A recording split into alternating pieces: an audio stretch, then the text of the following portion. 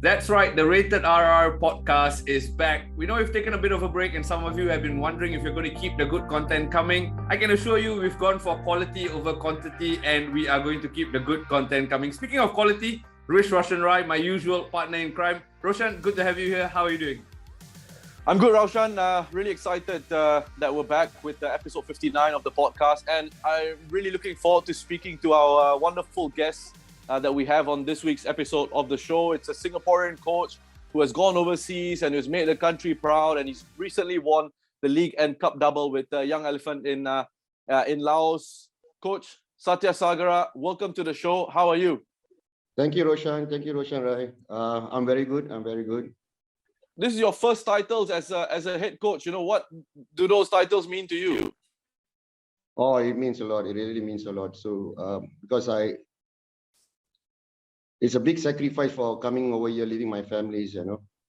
So there was opportunities to lead a team.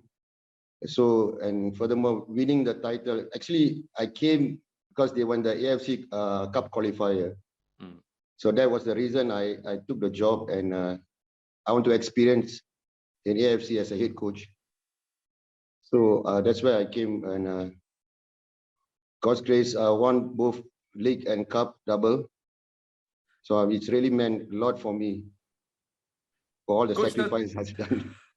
Coach Satya, it's nice to see you finally smile and say how much it means to you. We'll talk about the AFC Cup adventure in a short while, but very quickly, you talk about winning those first titles for yourself. It's also the first title in the club. What's the celebration been like in Laos? Celebration was good, but we don't have much, because it's just a new team. We don't have much big fans like when I was in Chennai. So football is growing here. So since the Under-19 championship, ASEAN Championship, Laos did quite well. They qualified for the final. So from there, people start following football. And I was surprised. I went for our Under-18, Under-15 tournaments. It was like, oh, the whole field is full packed. So it's growing, you know. The football is growing. People start coming. I see day by day, match after match, more fans are coming in. So it was good. It was good.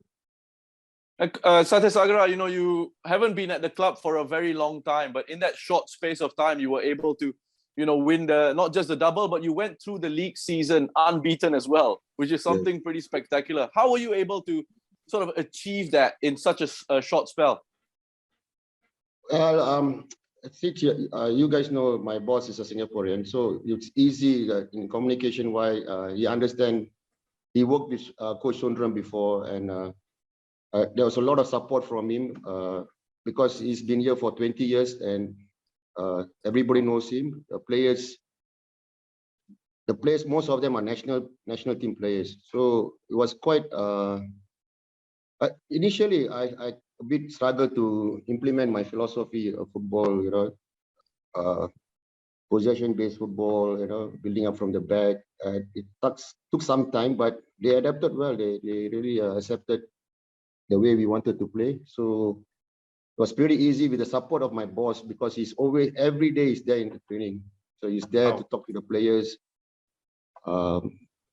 So any issue, any problem, I'll go to him. He will sort for me because of the communication, different of language. So he was very supportive. So I think credit goes to him also for winning this title. Coach, you mentioned the owner of the club is a Singaporean, Jason Lim, for those who are wondering who the Singaporean behind Young Elephants is. But very quickly, Coach, before we move on to find out a bit more about Jason Lim, how did this move to Young Elephants come about? Did Jason pick up the phone and call you? And what drew you to this project? Actually, I came back from India after the COVID.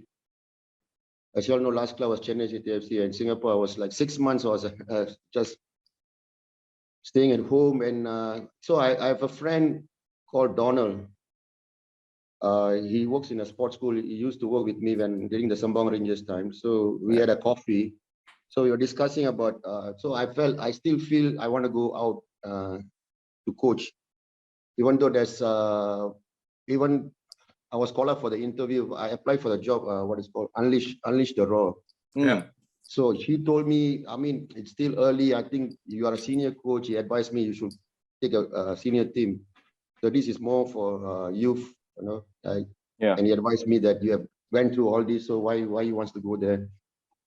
And so he told me because he knows Jason because they were schoolmates.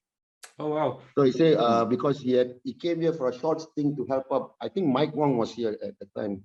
Mike Wong was the coach of the national team, and he helped out with the young elephant. So he told me he will have a chat with Jason.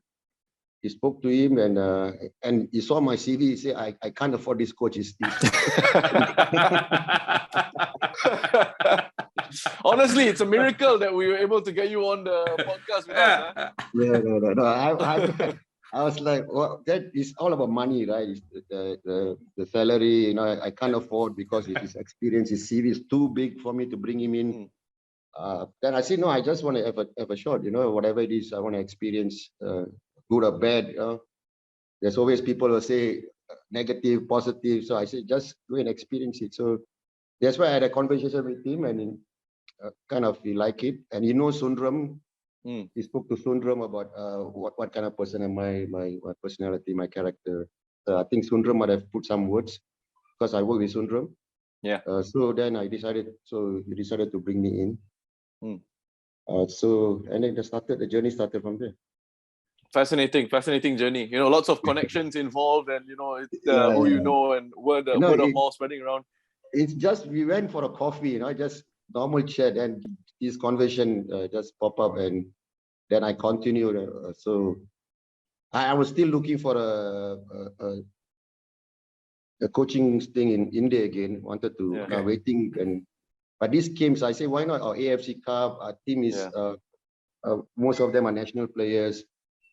So I say, okay, why not we try? But I did not came here that I want to win the championship or with the goal.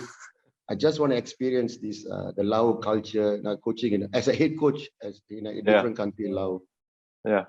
This is more like I think it's like a third world country. It's not like quite everything is slow moving. Yeah.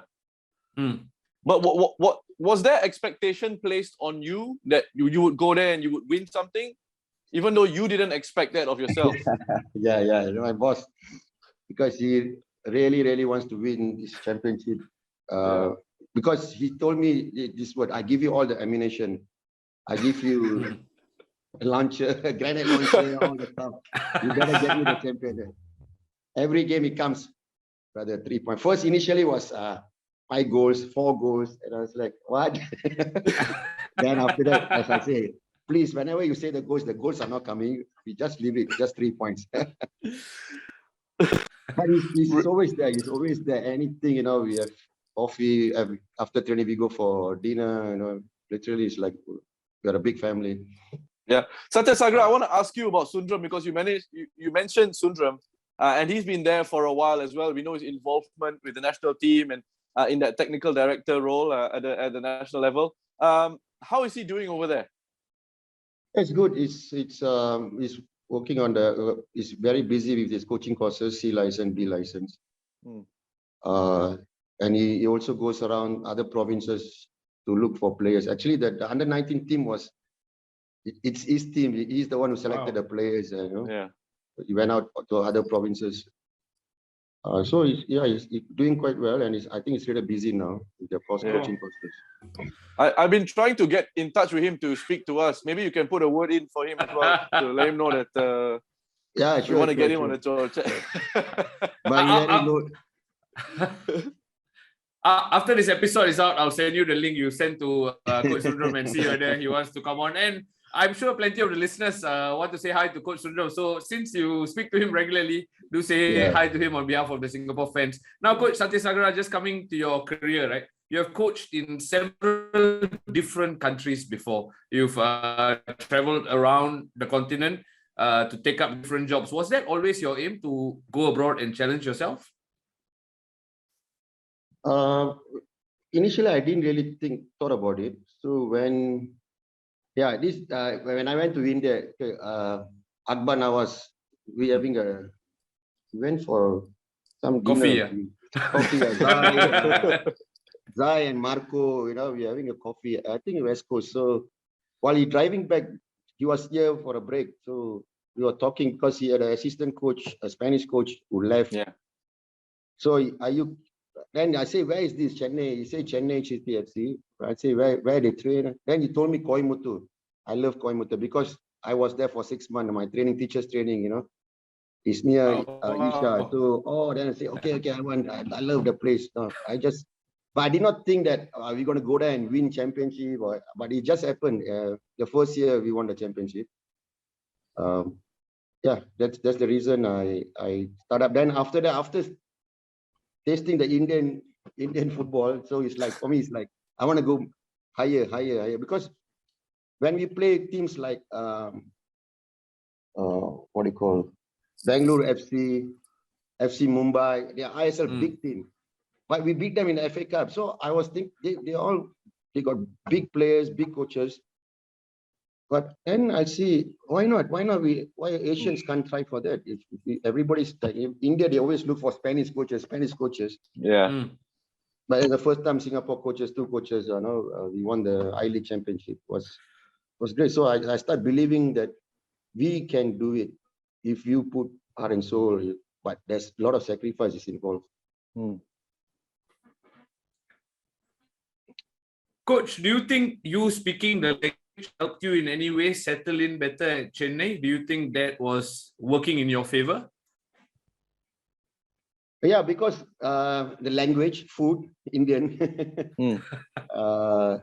was comfortable. Basically, the communication, but it's not easy also. But here, because the language here is they don't speak English. Most of them they speak their own mother tongue. So that's the issue I got here. But still, I'm managing. I use my simple English with them, and they understand. As long football is all about the communication is football. It's nothing to do with the language. So yeah, so I adapted quite well here. So my boss tell me, hey, next year you better start learning Laotian. Yeah, and on that note, what is your day-to-day life like over there? Like, describe to us. Tell us about what your day looks like. This Maxim is like very relaxing. I have a nice apartment. I just walk down swimming pool, restaurant, gym. It's all greens. You just look at your window, you can see the skies. Wow. So quite very, very, very, very slow pace. Everybody mind their business. Nobody cares. It's like. So when I drive out, I see cows, bulls. But I like it. I like because it's very relaxing. You totally focus on football. It does not much distraction here. Yeah. Like in Singapore, maybe you got family, friends, other commitments. I Coach really like Satya, it here. Yeah. Coach Satya, you talked about the relaxed lifestyle and how much you enjoy settling in there. I just want to touch on the standard of football. We spoke about the underage teams in Laos doing really well, but as a league as a whole, what do you make of the standard of football across the league? I don't see the quality of the players. I don't see the difference. If like in India, but for me now at this stage is the very basic element. The first touch, scanning of the ball. This still I'm correcting them. Even in India, same. But they're talented. They can beat 2-3 players, but basic first touch is bad. They pass the weight of the pass. All this. I'm going very, very detailed, very little thing. I make it as a repetition every training, this technique work. So, but as whole, I don't see much in skill-wise compared to India or Singapore. There's much difference. Actually, it's sorry, Coach. I mean, sorry to interrupt, but what you mentioned there is quite interesting to me because at your level, you're a senior coach, you're managing a senior side, you're head coach of a senior side. It isn't usually about technique work. It's more about tactical, how you're going to approach the games and things like that. So how do you find it sort of balancing these two things, with the senior team? See, if we, I mean, everybody wants to play possession-based football, building up from the back. But if you don't have the technique, you can't do it. You can't really. So I emphasize the technique. Then the Laotian players, I don't know the way they've been coached. It's all about direct football. So they are not confident to hold ball, to keep the ball. Then I emphasize on them. You can, never mind, we make mistake. You make mistake. Never mind, training, you make mistake. You won't believe the first player, I was the training session, first player, I stopped and coaching the basic technique. And that fella play in Thai League too. I didn't know that. Thai League too, and you don't have this basic technique of receiving the pass, you're standing, the body position. So I said, because that's what I'm telling my youth coaches now, 15, 17. He wants to play like what we're playing, 4-3-3, 4-2-3-1, counter attack. That's it. Teach them the basic, please. Even the warm-up, they're running without a ball, spending 20 minutes without a ball. I say, do everything with the ball, please. But the youth coaches is all about winning. So that's where senior coaches like us, when the players comes to us, we're still going back to the basic. So like what you say, if they're technique, and the furthermore, they don't have a football like we have academy, right? Singapore. NFA, SFA, Call of Duty. They have the background of this from 12 to another sports school, 12, 13, 14, 15. But you don't have here. But the only club here, there's one club called Ezra, run by a church, a Christian society, where they have field, they have boarding house, they stay there, they take players from the province, they give them education, they give them food, they train there. They're really good. They are the best team I ever played is this team, and they are very young team. Their age is about 21, 22, and I struggled to beat them. Wow. But they're technically good. So that's the coach. I think it makes it all the more fascinating what you've achieved in such a short space of time, considering what you described in terms of your day-to-day having to go through all of that. Just very quickly, I want to find out, as a coach, are you a more hand around the shoulder kind of coach, or are you the more I will have to drill this message home and be strict kind of coach? I'm the first one. And do you think the players respond better to that? Yeah. Initially, the Lao culture, they are quite conservative, and they are very shy, they will say the best part. They always say somebody is they bow, but I just every time training hard, I just put my hand shoulder. I'll talk to them. Then they start to realize we have this bonding, So I like to joke. So my boss was initially afraid where the players can accept me to the team. But initial first 2-3 training, then when the first game we went, he say, "Hey, Bala, these players are really with you now. They really accepted you. Keep on doing the good work." So I say, "Yeah, good. I see." This is based on my experience in my youth coaching. This because like teams like Sembawang Rangers, I got hardcore players. There's no Alam Shah. All this. That's fascinating. But by the end of the day, the approach is very important. How you approach. I think you would do very well in the current era, right? With the players, perhaps appreciating a bit more of a softer touch, a more respectful touch in a sense. Yes. So sounds like you're perfectly suited to that. Satyasagara, I wanted to ask you about something you mentioned earlier, and that was playing in the AFC Cup. What was that experience like for you, bringing this young Elephants team into that competition? Oh, the experience, because this way I directly have contact the Vietnam team, Viettel. The quality of the players is far beyond the Laotian. But we need to work. We need to get good foreign players. I mean, that costs you money. The quality of their local players, they are in a different level. So I can see that live. Yeah, that's the phenomenon. The Cambodia team also, they are good. But there's a lot of room to improve in Laos football in terms of football to reach maybe Vietnam level or Thailand level. And coach, in that AFC, sorry to interrupt, Rosh, in that AFC Cup journey, you went up against Hougang as well. So what was it feel like as a Singaporean going up against a Singaporean team? Oh, it was a good feeling. It's like a dream come true. When I was in Hougang, we were first round, we were top. Everybody was talking about, Hougang is now top. Second round, then we went down there. So we are very close to qualify for the AFC Cup. So I think we finished 6th. So I missed that out. I was like, as a head coach, I want to play in AFC, and I was given a target to finish top 5 my first year. So I was little sad that I couldn't make it. But then it happens in India, AFC, as an assistant coach I went. Then because of the COVID was cut short. Yeah. And then I think everything happens for a reason. The best keep for the last, So AFC. Don't say last, lah, coach. You're only just getting started. Don't say last. Well, you might have another one, right? I mean, after the league and cup double, you might be heading for another campaign. Yeah, you heard about this AFF championship, club championship? I heard something about it, but I don't know if it's been confirmed. What do you know on your end?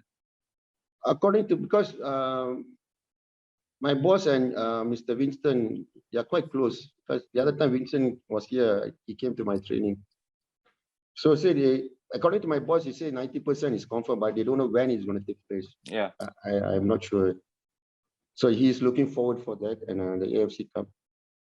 That could be very exciting. Yeah. Yeah. This year we were not well prepared for that because we did not have any international friendly game. We couldn't go out. And because the players, all of them, the first time they're experiencing AFC.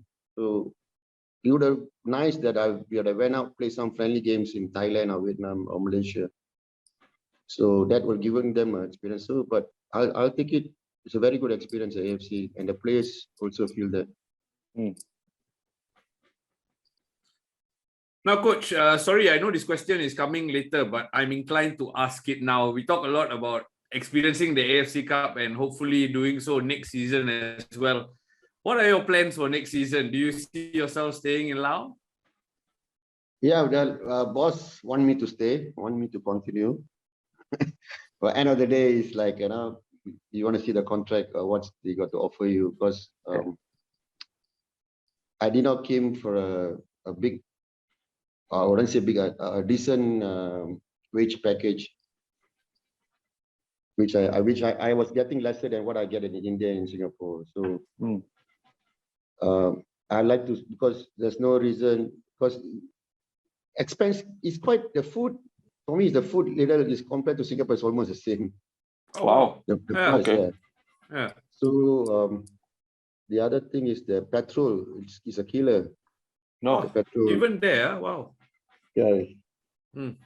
Compared, like I put a full tank, but I'm driving this Mitsubishi 7-seater. It's like I'm spending about $80. It only lasts me 4 days. Yeah. The problem, the roads are little small, a lot of cars, So you need to drive slow. It takes time. And my training ground is a 16-kilometer away. Wow. So that's quite a distance. Yeah. So you mentioned something that's very interesting to me. Food. And I always get this in a lot of our episodes. I always talk to a lot of players and coaches, and especially if they're overseas, I always ask them about the food. What's the food situation like for you? What kind of food do you eat over there? Their food is very similar to Thai food, seafood. They take a lot of meat, but I only take fish. It's quite popular here on the streets. They will sell this barbecue fish. That is cheap. That is a river fish. It's the grill fish. That is cheap. But if you go to a normal shop and have a decent lunch or dinner, the price is the same as Singapore. Wow. We have one Malaysian restaurant also. To me, it's expensive. At the time of this recording, I haven't eaten dinner yet, so I'm a bit hungry. So, Roshan, I hope it answered your question, those queries about food. Let's move it back to the football, shall we, coach? you've been in Laos for some time now. We just want to find out the lay of the land almost. Are there any players who you think could play in the Singapore Premier League? Yes, definitely. I've this player, the captain of Lao team. His name, their names are long. Kai. He's young player, very talented. Anytime he can play in Singapore, but the problem is the Laotian, they cannot get out. They only can go the most is Thailand. Their language is quite similar. But if they go Malaysia, Singapore, language is a problem. Huh? That's why they're encouraging them to pick up English, So they're talented. There's one player who was offered in Malaysia League, but he speaks very, very little English. I say, good, why not you go there and try? You just speak. Like the Japanese player who came here hardly can speak English. But 8 months now, he speaks quite a decent English. So it's all about the communication. But the problem here, they understand what I'm saying. But the problem, they are shy to speak. They're shy. That's the problem. They don't want to try to speak English or learn. Satyasagara, I want to, on that note, right, I kind of want to ask you, in Singapore, of course, we want players to go and test themselves overseas and test themselves in better leagues, in better quality leagues. But maybe there's a second tier of players who cannot play in Malaysia, cannot play in Thailand. Are places like Laos, perhaps, would you recommend them to come and try out and come and try and play overseas as a foreign player in leagues like yours? We have this Asian quota, right? So that's why we took the Japanese player. But surprisingly, the Japanese player who came, the first two players, but it was not to my mark. But they took a very low salary cut. Very low. They want to experience. They want to experience. They want to go out. So players must be willing to, said now I have these two players who came. I took one player from Myanmar, but because the club budget is such that I can't afford to take from Singapore. I have one player. I mean, people say, Iqbal, my favorite player, or Iqbal, bring to India. But this boy, he's talented. He got something, but the only thing is he's temperamental, a hot temper. So I was thinking of him, but the salary was low. So which it doesn't make sense for them to come here for that kind of salary, unless they are comfortable. They want to try something, for short term, like 8 months. I just want to experience, like what I did. It's okay. But definitely, if I take a club, definitely I'll try to bring some Singapore players if they have the budget. Yeah. Coach, I just want to quickly ask, you talk about having taken a bit of a pay cut almost to experience things. Is that something that you would advise the younger Singaporeans to do? Because experience cannot be bought with money, right? So do you think they should almost bite the bullet a bit? Yes, definitely. Because sometimes opportunity comes where it's not like what you say, it's not all about money. It's like money can't buy experience, but you want to experience something, but at the same time, you want to earn a decent salary. But how much you want to sacrifice, it's all individual. If they feel comfortable, okay, I just want to experience I'll go, I'll take a pay cut with the family support and so on. They should. Because then you have a wider perspective of football playing in overseas. So the first thing is adaptation to the culture of Laotian, like India, the adaptation. It's not like Singapore, everything is, I want now, you get it now. Today you say, take 1 week to things to happen, Like Raushan internet connection, maybe 2 weeks later then can fix it.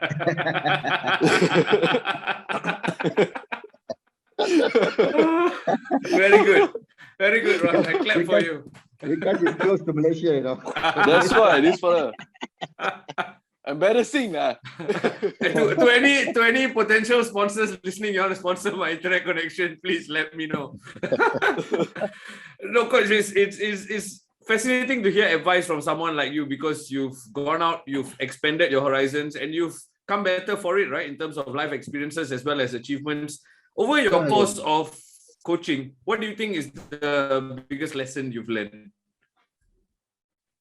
The biggest is the human relationship, knowing someone, we all are not perfect. Different characters, you can see different personality, how you can adapt, how can you adjust. Like I have one Japanese player, very, very, very good player. He just came in before the AFC, but he has issues. Certain inside him, there's some issues. So that's why I always like in India we had a sports psychologist. She's kabaddi. She's former kabaddi player. She was there, and that helps the player, especially during the COVID time, right? We were in a bio bubble, players were going mad, 1 week, then they get quarantined for 1 week inside the room. So you need personal touch with them. They have family issues. Even this player, each players have different personality character. How can I adjust? I cannot be like A means A, B means B. I need to adjust according to some players you can shout, some player you cannot shout, how they respond. So that's the biggest, what do I call, obstacle to overcome. First thing, that's why I always like players, you can be not a fantastic player, but I look for the character. What kind of character can we work together, Yeah. Sometimes it's too much, So you just got to, okay, shake hand, thank you, bye-bye. Coach, I just wanted to ask you before we go, almost coming to the end of the episode. Do you have any other advice for Singaporean coaches or Singaporean players? Anything else you want to say? I mean, this is my opinion, my perspective. If you love the game, go out, go sacrifice. It's not. We are not asking you to go 5-6 years out. Just go and experience. Then you come back with broader mind. My first experience when I go Japan, my diploma AFC pro license was a high opener. Was like wow, and I came back. I felt like I better retire. I cannot be a coach. I don't want to be a coach because the level is so. The facilities, the football, everything is in. It's like you went to a different planet.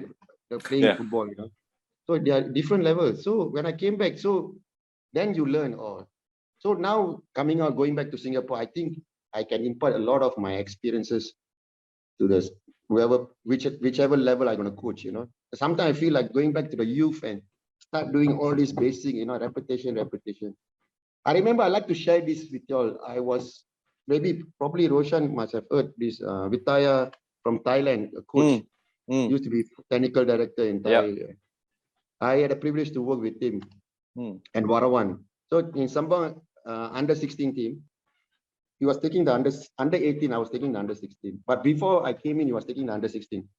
So usually he's not PC literate. So my boss will ask me, hey, can you help him to do the programs? So I'll tap. So he give me the training plan, weekly training plan, monthly. For 3 months, his program is passing, receiving. But this passing, receiving, there's a lot of variation. But then you can see he will go to the very detail of the technique, the basic technique.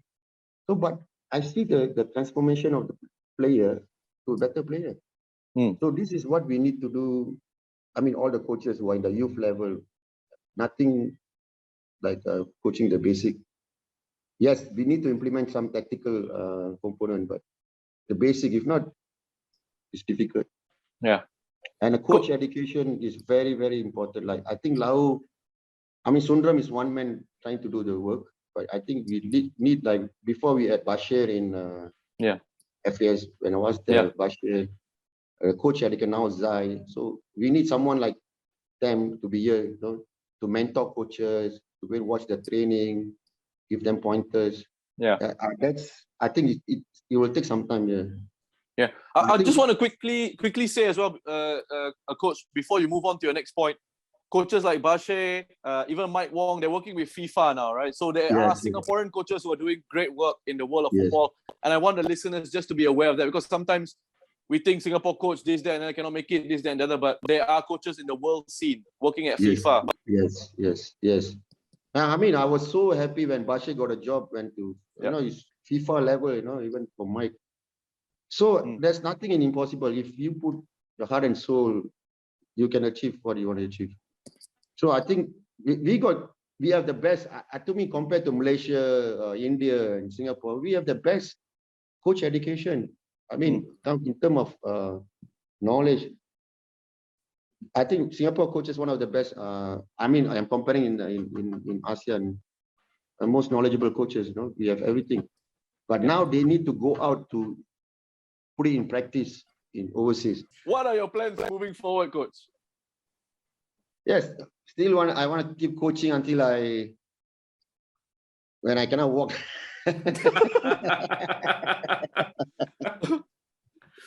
Brilliant. Hey, coaching is the kind of job you can do even if touch wood happen to be in a wheelchair, you can still do it, right? Yeah, our late uncle Chu Seng Kui, yeah. Yeah. You know that during the 70s. Yeah. Yeah. Coach, Okay. coaching for sure. Coaching for sure. Just final question. I hope my connection holds up. Do you see yourself coming back to Singapore? I don't know. I still now I need to take 3 months break. I'll go to India, take a break, then I'll see what offers, whatever opportunity comes. I'll look at it, and then I'll decide. Okay, coach. One more last one because this one we forgot to ask. Sure. Ask earlier. Many people want to know, why did you change your name to Satyasagara? Tell us the story. Yeah, that's like I said earlier. I went for this classical Hatha Yoga teachers training in India. During the training, after the training, we were offered that it's kind of I don't know how to say, to change your identity. You know, it's like we are stuck. That's the reason I changed now, because then I was offered. We were offered. Not everybody took the opportunity to change their name. I took the opportunity to change my name. Something very meaningful. It means Satyasagara means ocean of truth. So I like the name. So I decided to ocean of truth. So just be truth to ourselves. Very good. I think on that note, we can finish this off, Raushan. Yeah, we certainly can if my connection holds up. Coach, thank you so much for sparing time with us. And we really wish you all the best for everything that the future has to offer. Thank you so much.